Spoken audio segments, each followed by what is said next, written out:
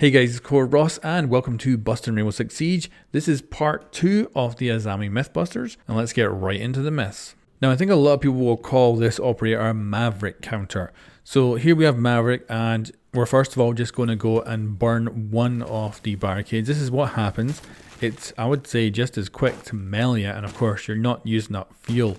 So yeah, I don't think that's a good use of his blowtorch here. But of course if you're burning through, then Azami can just throw her gadget and then seal you off. The only problem is, this is an advantage to Maverick, because Maverick can then burn away perfectly safe behind a bulletproof barricade, and then, of course, he is able to open up any kind of hole he wants behind that bulletproof protection, and then melee it to go in. So yeah, I don't think she is a good counter to Maverick in the slightest whatsoever. So I would say that's busted. Now let's change gears and talk about actually building stuff with this gadget. Of course, I think that's what's going to be used for most of the time, building barricades and fortifications and changing defenses. So first of all, right there, what I did was tried to build around a player, and you can actually see that what's happened is Vinka's gun has basically disappeared because it is actually poking out there. But it gives you an idea of how obviously this game stops stuff poking through walls and barricades. But if you bring her forward so that her upper body is actually in the way, we can use her body. So of course with defenders, you can set up these kind of scenarios where you get one of your friends to lie down somewhere, and you can then set up different shapes around them in order to shape your barricades, which is kind of cool. And it is a little bit, trial and error. Like, I pressed no controls there and Finka moved, and if I actually destroy this, she'll go back even though I didn't touch any controls whatsoever. But with the right positioning, you can set it up so that it creates a small hole, which of course you can use on defensive positions to either get a nice little kill hole going, or other setups that could work with either a nice little crawl hole to get through that people might not be expecting, and just adds a little bit of variety into the building of fortifications with this gadget. And I haven't even got into beginning to try and kind of mess around with how good this could be for stuff like that. Azami can destroy Echo's drone. So first of all, she can destroy normal drones, and we have an Echo drone here. So first of all, direct hit will cause a ricochet, which will not actually cause the knife to do anything but just get impaled on the surface it hits, and you can retrieve it in that case. But if you expand it underneath, the drone is fine. Appears to just kind of float higher, and it's all good. Now if it's up on the roof, it will be destroyed. So good to know and watch out for that. But I did go back and I destroyed this because I thought, may as well double check, and it destroyed it. I think maybe because some of the debris was in the way and it couldn't quite fly up again, just a few centimeters higher, and that's what actually killed it. But still, I guess you might have to worry about potentially killing an Echo drone with this. But yeah, you can use this to take out normal drones as well if you want, and Twitch drones. Azami can stop you quick entering. Of course, this is when you're rappelling on a window and then you enter via that window nice and quickly. And I'm going to set up a few different barricades here to show how this works. So of course we've got Amaru out there repelling, and she's just going to do a basic quick enter, which will have her flying towards this window. Now if you had, say, a clash here, that would actually stop the quick enter, but these barriers do not. And of course an intact castle barricade would also stop it as well. So yeah, that's actually busted, and quick enter does work with this barricade. But what about Amaru? So Amaru is outside right now with her gadget out looking at this window, and we're going to set up a quick barricade to hopefully, of course, stop her getting in.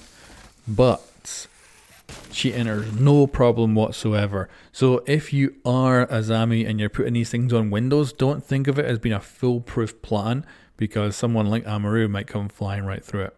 Now we've seen that Azami is able to destroy all kinds of gadgets on attack and defense, whether they're bulletproof or not. But what about Osa's shield? Because this would be a really good counter if she could actually stop it, and amazingly, no. So first of all, if you hit the shield itself, it'll just stick into the shield and won't do anything at all. but also if you try to use the expansion to destroy the shield, it will also absolutely do nothing. So yeah, Osa's shield is actually one of the only gadgets on attack that isn't affected by this new operator at all. Azami versus Ace, but this is going to count for actually any gadget that attackers put down, but we are overlooking a reinforced wall right now, and Ace is just going to throw out his gadget. Of course, this works with Hibana as well, and obviously it's starting to go through the wall, but we can stop them with this new gadget. I don't know how many kind of opportunities you'll get to do this, but still, it's kind of cool, and definitely confirmed, and I think this will be a useful tactic to use every so often. Azami stops Zero. So of course this gadget is bulletproof and all that, and we have Zero here. Of course his gadget actually goes through soft walls and reinforced walls, so you can see that his camera is on both sides there. Now if we set this up with reinforced wall and then our actual barricade on our side of it, you'll notice that the camera still manages to actually get right through.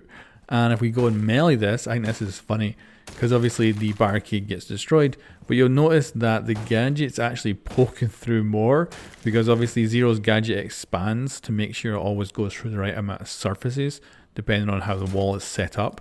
So you've got this other one just poking out, and of course if you were to see it and decide to put that up, it would destroy the cameras as well.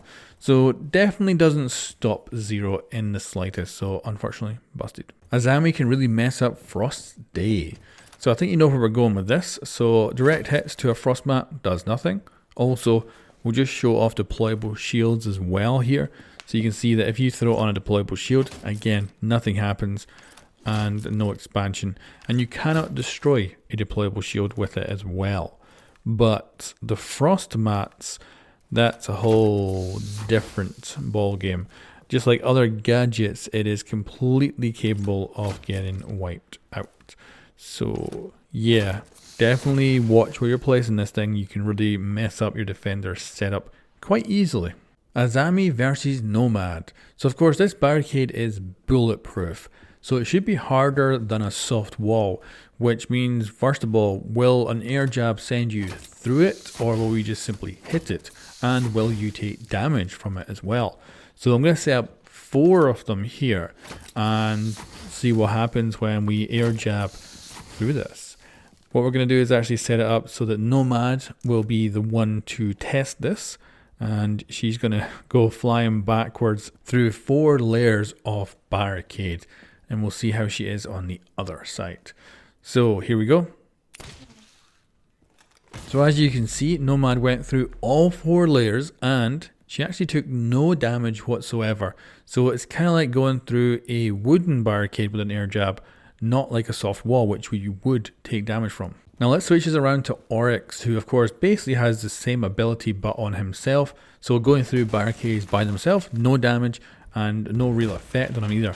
But if he goes through one and of course a soft wall, it will give him some damage.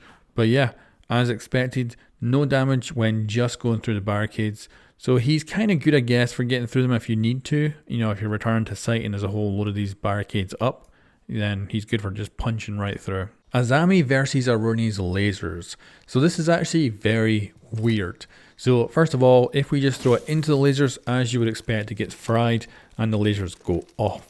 Now, if we were just to reinforce this so we can end up with 2 walls at the same level, and we throw on our barricade, it gets weird because the lasers just go right through it. It don't look right at all, and I accidentally hit the lasers on this one, but we'll take a look at the door shortly. So yeah, it's weird, and this laser reactivates now, so we put that back on and it just goes right through. It's very odd. If you are to put a gadget, say an ADS or a bulletproof camera, the lasers go into a kind of safe mode where they're off, but as soon as that gadget's either destroyed or removed, they go back on automatically. So it'd be kind of cool if this barricade switched off the lasers, but when it obviously someone like melees it and gets destroyed, the lasers would come back on. That'd be kind of cool. But it just has this weird interaction. I don't know if it's a limitation from the game engine or just simply a bug, but it is busted, I guess. But we're not done with ARUNI yet, because there's another myth, which is of course she's One Punch Girl, and can she one punch these barricades? Well, yes she can, that is confirmed. Now I covered other bulletproof gadgets earlier in the video, so we should take a look at Melusi as well, and certainly it gets destroyed in one hit too. So yeah. Now the reason I expect this is the case with these bulletproof gadgets is that if it was to shape around them, you could obviously put the Banshee up, put up the barricade, and then pull the Banshee down and have like an amazingly good kill hole in like the middle of the barricade if you wanted to. So I assume that's why it destroys it rather than going around it. So there you go guys, that is the end of part 2 of myth busting Azami. Now I don't think we'll be back with a part 3. I probably could squeeze it out, I actually think, but I think this covers most of the baseline stuff you need to know, and the fort building capabilities and stuff like that she's got are going to just take potentially months to figure out and learn and explore.